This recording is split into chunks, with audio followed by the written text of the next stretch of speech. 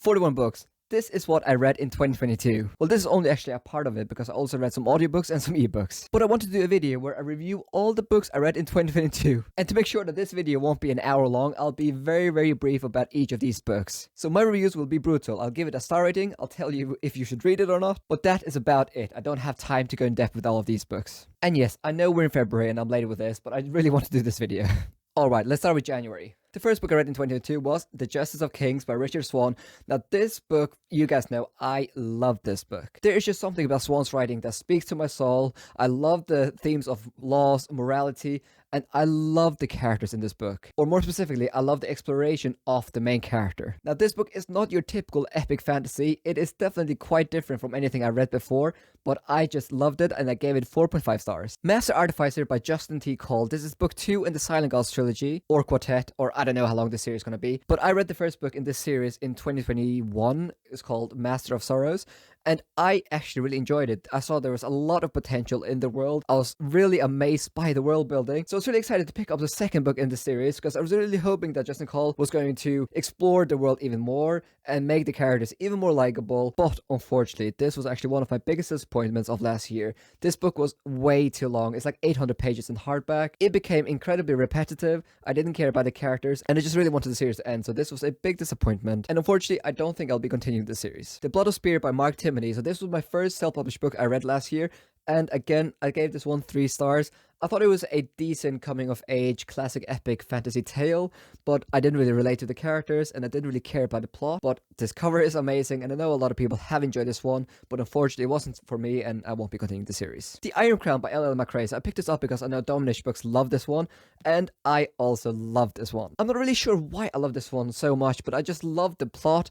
I loved her take on dragons. I thought the pacing was really great. I did have some issues with the conclusion of this book, but otherwise it's like 400 or 500 pages and I read this in less than a week. I loved it and I just felt really immersed in this world. So I'm really excited for book 2, which I think will be coming out this year. I gave this one 4.5 stars. Legends and Latte by Charles Baldry. You guys know that I love this book. This was one of my favorites last year. I mean, it is a high fantasy with low stakes. It is nothing crazy, like you won't get good world building, you won't get like crazy in-depth characterization and so on, but this was just such a cozy read. It was a perfect read between some of the epic fantasy books I was reading at the time. So yeah, if you're just looking for something cozy that will give you good vibes, that isn't too serious, then definitely pick up this book. I loved it and I gave it 5 stars. The Hunger of the Gods by John Gwynne. This book literally saved me out from a reading slump because I was having way too many books that I just found too boring when I picked this up, but this literally saved me. I gave this book 5 out of 5 stars. I thought this book was a step up from The Shadow of the Gods. I know some people disagree with that, but I thought this book was a step up in quality. I love the 2 new POVs that we were introduced to. The stakes are raised considerably. I love the pacing. I just loved everything about this book, and the cover is absolutely mad. So if you're looking for an epic fantasy that is Norse inspired, pick up this book. It is arguably John Gwynne's best writing to date. The Color Bound by Rebecca Zahabi. I was really fortunate to receive an ARG of this. Look, I love this cover, and it's also very floppy. But unfortunately, this was one of my biggest disappointments of the year. I didn't vibe with the writing. I thought the world building was very interesting, but the plot is just overly confusing, and I didn't relate to any of the characters. So it's definitely an ambitious novel, but I just didn't find it interesting. So I believe I gave this one 3 stars, which is not a bad rating because I did actually finish it, but I definitely will not be continuing this series. Alright, I'll be quick with the next 3 books. Firstly, a priority series for me to read and finish this year was the Life of Treasure Trilogy by Robin Hobb. This is book 1 in the Life of Treasure Trilogy. Ship of Magic. I absolutely adored this chunky book. You guys know how much I love this trilogy. It was incredible. These are some of the best characters I've ever come across in fantasy. The writing is beautiful and this book will probably make you cry. 5 out of 5 stars for sure. And book 2 in the Life of Treasure Trilogy, this was also really good. A bit too slow paced, but still absolutely phenomenal. I gave this one 4 out of 5 stars. And Ship of Destiny, the conclusion of the Life of Treasure Trilogy, absolutely amazing conclusion. Again, it's slow paced, but it all just comes together in the end and it is so satisfying. One of the most memorable trilogies I've ever read. I gave this one 4.5 stars, but overall this trilogy is a 5 out of 5 star read. You need to read some Robin Hobb if you haven't. These books are slow paced, but just give it a try, please. The Exile by Ryan Cahill. So this is actually probably the best fantasy novella I've ever read. You have to read the other books in the series first before you pick up this one, but this one is absolutely incredible. It's like 150 pages, but the amount of ground that Ryan Cahill covers in this novella is incredible. And to be able to write such such vivid characters in such a short book is just astounding. One of the best novellas I read is a 5 out of 5 star read, and a character that is brutally murdered in this book is actually named after me. So there's a character called Johan that is brutally murdered in this book, so that is one of the coolest things I've ever experienced. I then read Piranesi. I talk about this book so often. I just love it. It's short. It is really, really interesting. The themes are great, so I won't bore you about it. You guys know I love this book, and I gave it 5 out of 5 stars. And then I read Age of Ash by Daniel Abraham. This was my first book by Daniel Abraham. I received an ARC as well, which I was really happy for. But unfortunately, I did not enjoy this book at all. I didn't find the characters interesting, the world was very bleak, and it just kind of felt like nothing happened in this book. Now, I know that some people say that Abraham's other work is incredible, so I'm definitely curious to give some of his other work a try. But for Age of Ash, I think I gave it like 2.5 stars, or maybe 3. I didn't enjoy it, and I will definitely be not continuing this trilogy. The Atlas 6 by Olivia Blake. I was really fortunate to receive an ARC of this book. The hype for this book has been absolutely unreal, so I was really excited to read this, but this did not work for me at all. Yes, the plot is interesting, and I can understand why people enjoy it, but the characters in this novel are just horrendous. I'm not saying the characterization is bad, I'm just saying the characters are not likable at all. It was way too YA for me. This was definitely not written for me. I wouldn't recommend it to anyone that enjoys adult fantasy, but I do understand why people enjoy it, especially if you're a big fan of YA. Cradle. I read the first 2 books in the series last year, and the first book, Unsold, I thought was a decent introduction. It's really short, but I didn't find it that interesting, but it was the first book, and I gave it 3 stars. But oh man, I then read Soulsmith, which is arguably my least favorite book I've ever read. Okay, maybe not ever, but at least for last year, I gave it 2 out of 5 stars, or maybe even 1 out of 5 stars. I didn't love anything about that book. I felt so bored. I didn't relate to any of the characters. It was just like a story about someone leveling up, and I just found it incredibly boring. Now, I know the fandom for this series is absolutely huge. I'll probably be slaughtered, and I know a lot of people say that the series becomes really, really good at book 3, but at this point, I don't see myself enjoying this book at all. I might give this series another try this year, but for now, I'll definitely not be continuing the Cradle series. And then I read The Warrior by Stephen Arian. This is book 2 in the Quest for Heroes duology. I thought this was a solid book. It was great fun. It was very imaginative. I was really surprised by some of the decisions Arian made in this novel. And it was definitely better than The Coward, but to be honest, I haven't thought about this duology at all since I finished it, so I'm not sure if that's a good sign. But I did give it 4 out of 5 stars when I read it. And then we have The Unspoken Name by A.K. Larkwood. This book was just so weird. Initially, I was really fascinated by the really weird world building, but then it just became too weird. The plot structure was just all over the place. The pacing was bad and it was just overly confusing. I gave that one 3 out of 5 stars. If I read it now, I'll probably have given it 2 out of 5 stars. And I gave the second book a read. I started reading it, and it was just, I mean, I read like 100 pages and then I put it down because it is just too weird. The characters are not that great, so I wouldn't really recommend it. The First Binding by R.R. Verdi. I also got an ARC of this chunky book, and it's also floppy.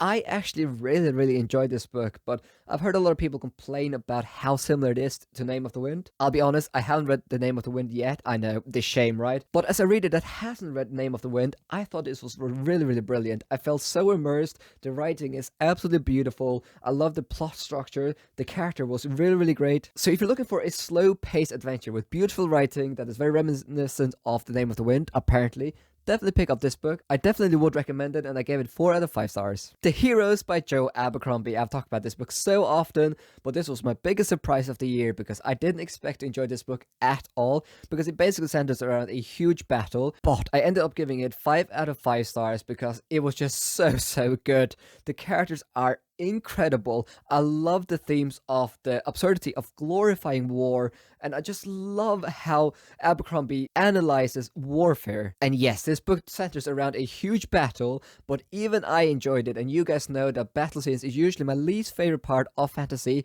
but really this story really isn't that much about the battle scenes, but it's more about the absurdity of war. Definitely one of Abercrombie's best books to date. Then we have another trilogy. So I also read the Wind with Flame trilogy by Jen Williams. The first book is The Ninth Reign. So I actually read this book, I didn't enjoy it. I waited 2 months and then I reread it and I absolutely loved it. The world building is so absurd and weird, but if you're a fan of weird world building, definitely picked up this book. I also thought the pacing was brilliant, the characters are really fascinating, and this is really different from anything I've ever read. I gave it 4.5 stars, and I'll actually be chatting with Jen Williams next week from a Patreon interview. I then read The Bitter Twins, book 2 in the Winter Flame trilogy. I also really enjoyed this book. The stakes are raised even more. I was really surprised how much ground is covered in this book.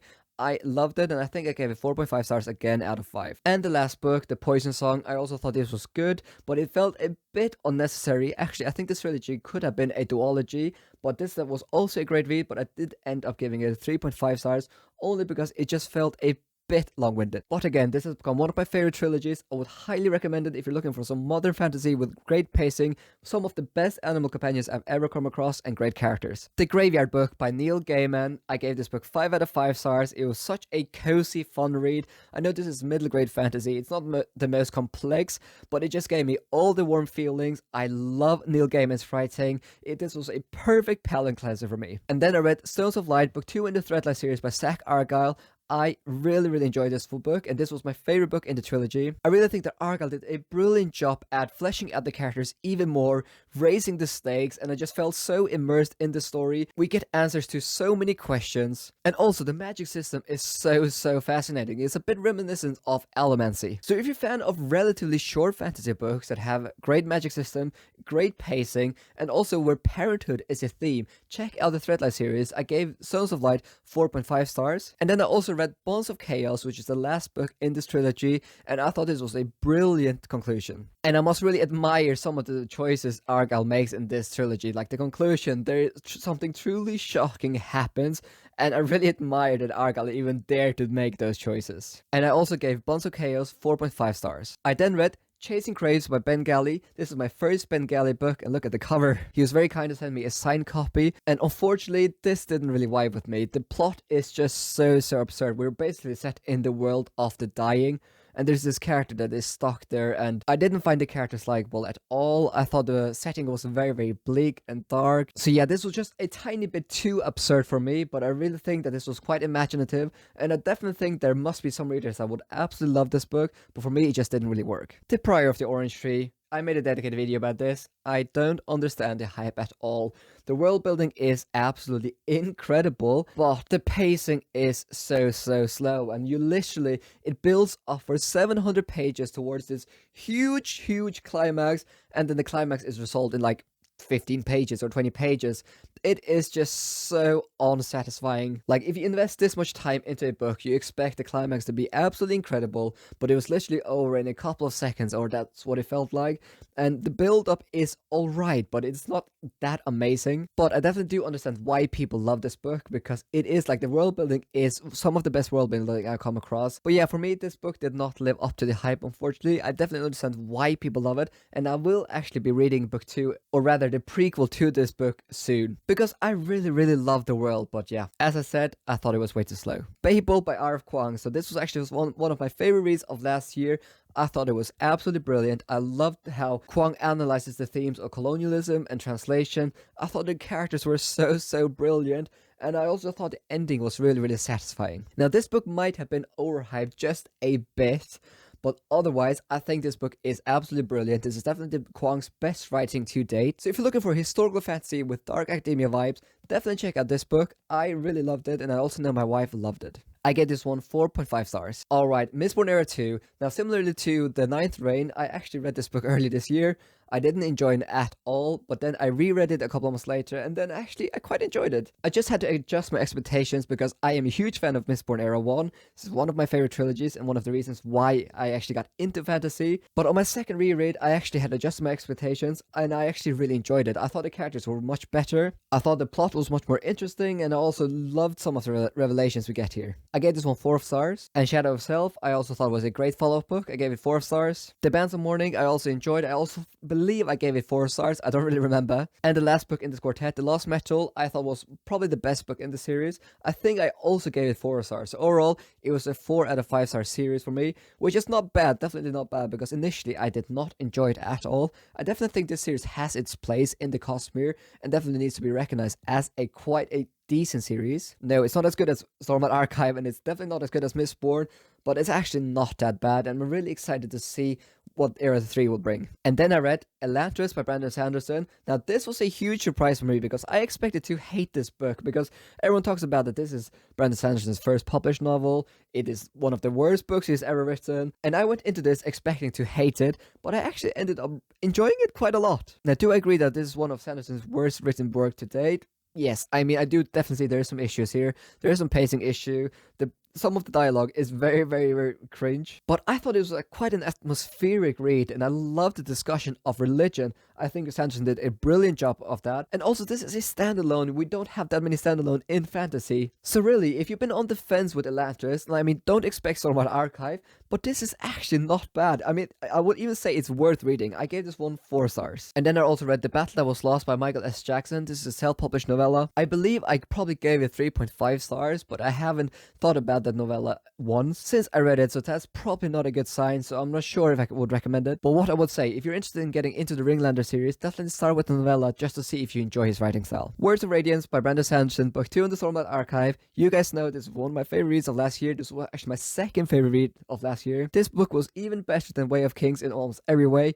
The pacing is better, the characters are better, and the amount of incredible character moments in this book, I probably never experienced a book that has this amount of epic character moments. It is just astounding, and I love the magic system. I definitely understand why people say that this is probably Sanderson's best work to date, because it is like an 1100 page book, but I just enjoyed it immensely. I gave it 5 out of 5 stars, and I can't wait to continue the series this year. The 5th season by N. Kim Jemisin. Now, the Broken Earth Trilogy was a priority series for me to read and finish this year, but unfortunately, I didn't end up vibing with this book. Now, I definitely understand why people love this book, because this is an incredibly imaginative fantasy. I am really astounded by Jemison's ability to analyze some really deep themes in a fantasy setting, and the plot structure is amazing. I mean, even though I didn't vibe with it, I was absolutely amazed by the conclusion. I mean, if you read this novel, then you know that like the last part where you have this big revelation is incredible. But unfortunately, I just didn't relate with the characters, which is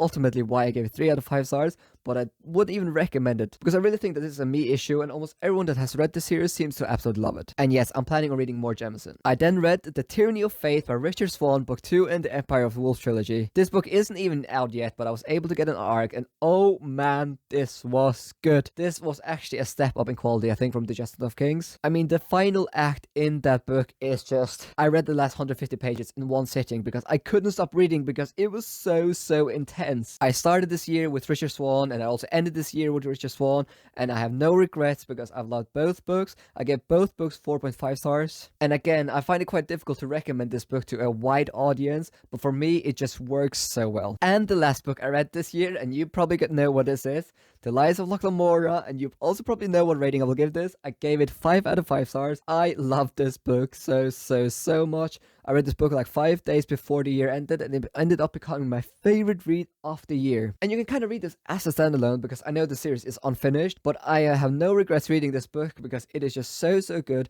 And even if the series is unfinished, I will be satisfied because this was worth every second. So those are all the books I read in 2022. How many books did you read in 2022, and what was your favorite books? Thank you so much for watching, and as always, a special thanks to my patrons who support what I do here. I really appreciate it.